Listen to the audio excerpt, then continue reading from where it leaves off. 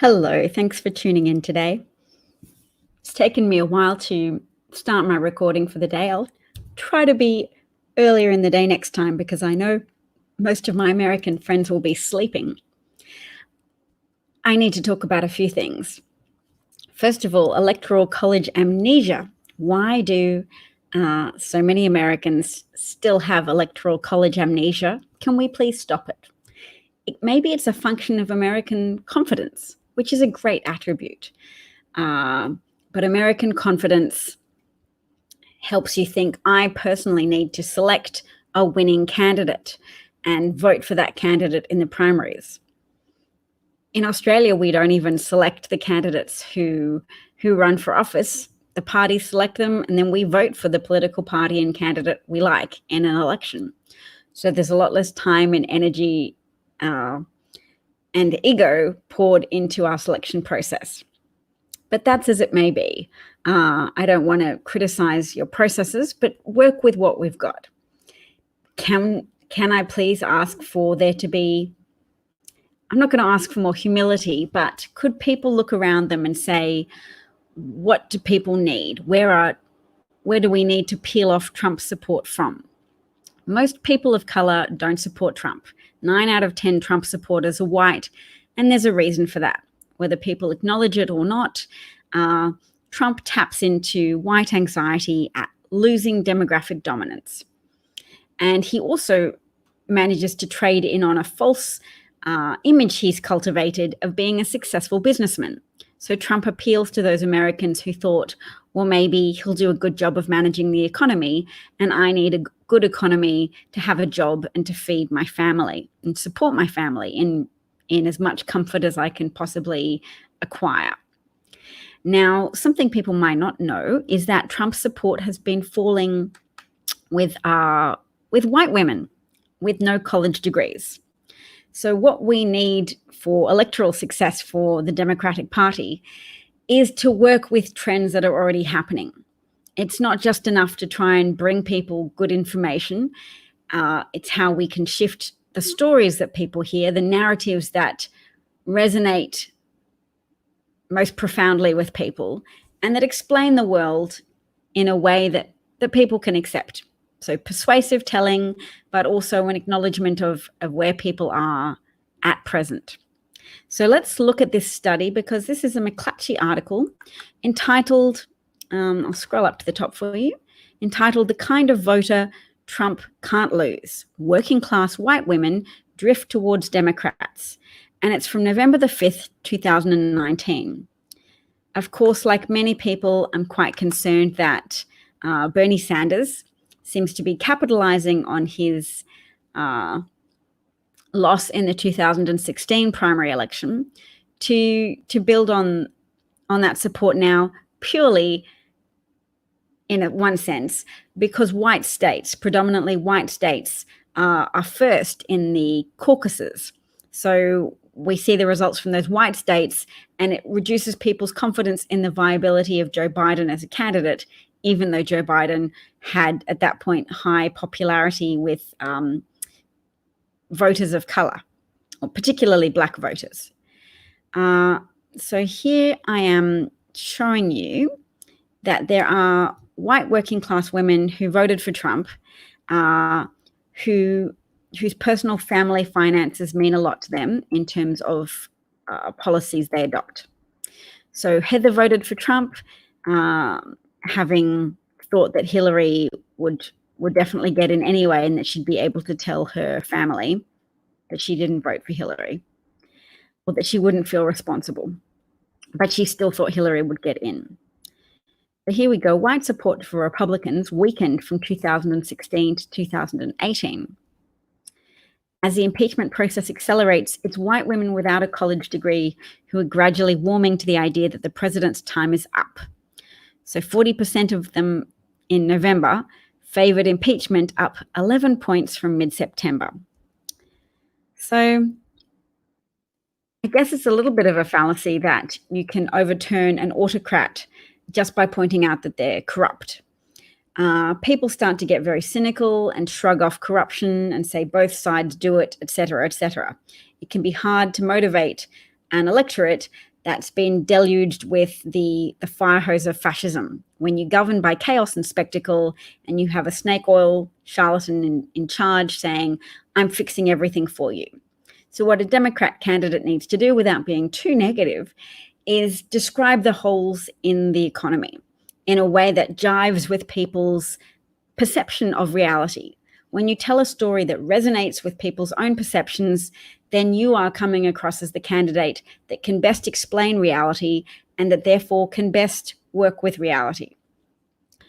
Bernie Sanders' anti-capitalist approach would resonate with a lot of people who are getting the rough end of the stick of capitalism, and also with idealistic people, particularly young people. So Bernie Sanders scores well with young people, but not with older people.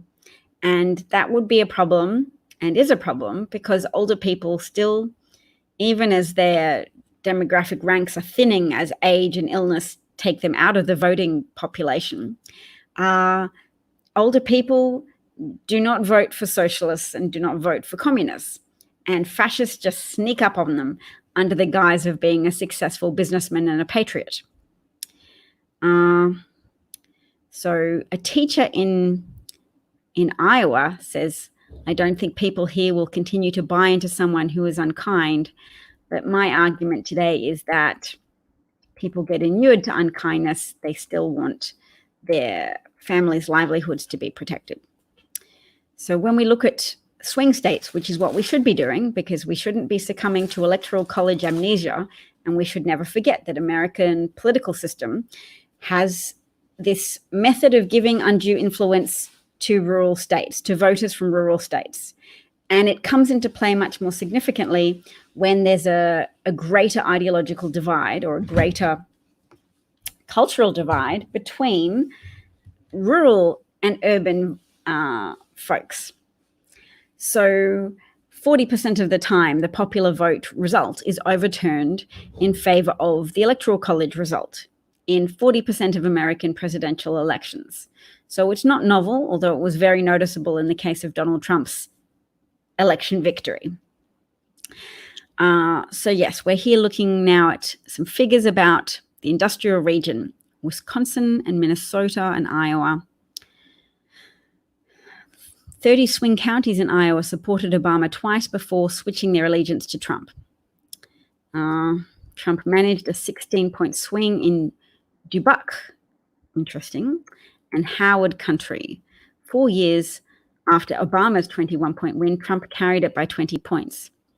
Let's have a look.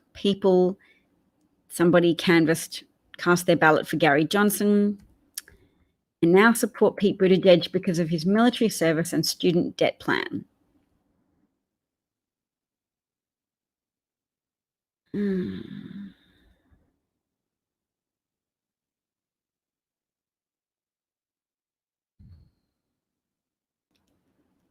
The candidates have been doing a better job of coming to rural areas. Well, I guess you'd hope so.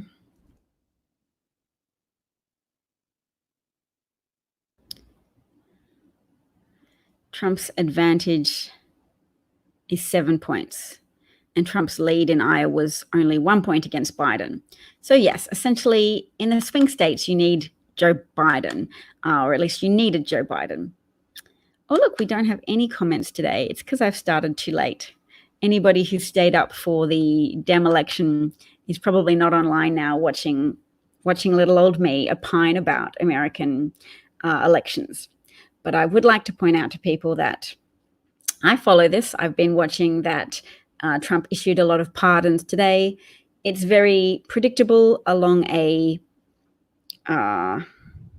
pathway towards fascism. Fascism becomes meaningless when you don't point out the consequences of fascism. So I should be going back into history and looking at how it worked out for your average German person, that initially they benefited when Hitler redistributed the spoils that he took from Jewish people. Similarly, Trump supporters might feel that they will personally benefit if Trump validates their worldview by deporting migrants. It's a psychological need that's as profound as the need for love and the need for affection and intimacy as well as the physical need for food and water and shelter. People like to be confirmed in their understanding of the world, and they gravitate towards things that confirm their understanding. So, I'm not used to so little viewers, but that's my fault for starting to broadcast so late in the day, instead of doing what I did, which was wrestle with Australian superannuation providers in a figurative sense. All right, so let's talk some more. I will bring up an article about Joe Biden and his effect on swing voters in swing states, because it is still quite important. In fact, very important. And the closer Bernie Sanders gets to pulling ahead in the primary race, or at least getting more pundit talk time, the more it becomes a self-fulfilling prophecy, and the more whiteness comes to take on too critical a role. All right, let's scroll past some ads. An average of major national polls compiled by Real Clear Politics shows Biden leading nationally with 28.7% support. So that was at that point. Warren comes in as a distant third. Gosh, Newsweek has too many ads. Biden and Sanders are now tied for favorability amongst voters. Now both candidates are viewed favorably by 73% of respondents. 21% of those polls said they viewed Sanders and Biden unfavorably. So similar favorability scores and similar unfavorability scores. But I think if you look to independent voters who lean Republican, and we should, and I will bring up another article to support that argument. So we'll remove that from screen. We'll add something else. Who turns to Australians for American political commentary? Well, people of good sense. So here we go. I'm talking you through this article, which argues that Trump is strong amongst white non-college voters. Now, if you think about a bell curve, college-educated people looked up to, but they still comprise a small quantity of the bell curve. They're at the upper end. There's a bigger lump in the middle of people who haven't made it to college and yet occupy a lot less of the talk space. So yes, you might have an increase in the Democrats' popular vote total, but a loss in the Electoral College.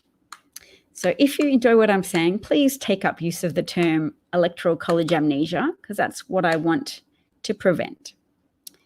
So yes, people have said that, we'll argue that if more African Americans had turned out to vote, Hillary would have won the election. And data from the State of Change project, sponsored by the Brookings Institute and the Center for American Progress, indicates that even if black turnout in the 2016 election had matched that of 2012, it dropped apparently from 62 to 57%, Clinton would still have lost. However, if she had managed to reduce her losses amongst white non-college voters by a mere 1/4, hang on, 1/4%? Do they mean 25%? They must mean 1/4. Anyway, she would be president today. So that's an issue of persuasion, not turnout. Yes.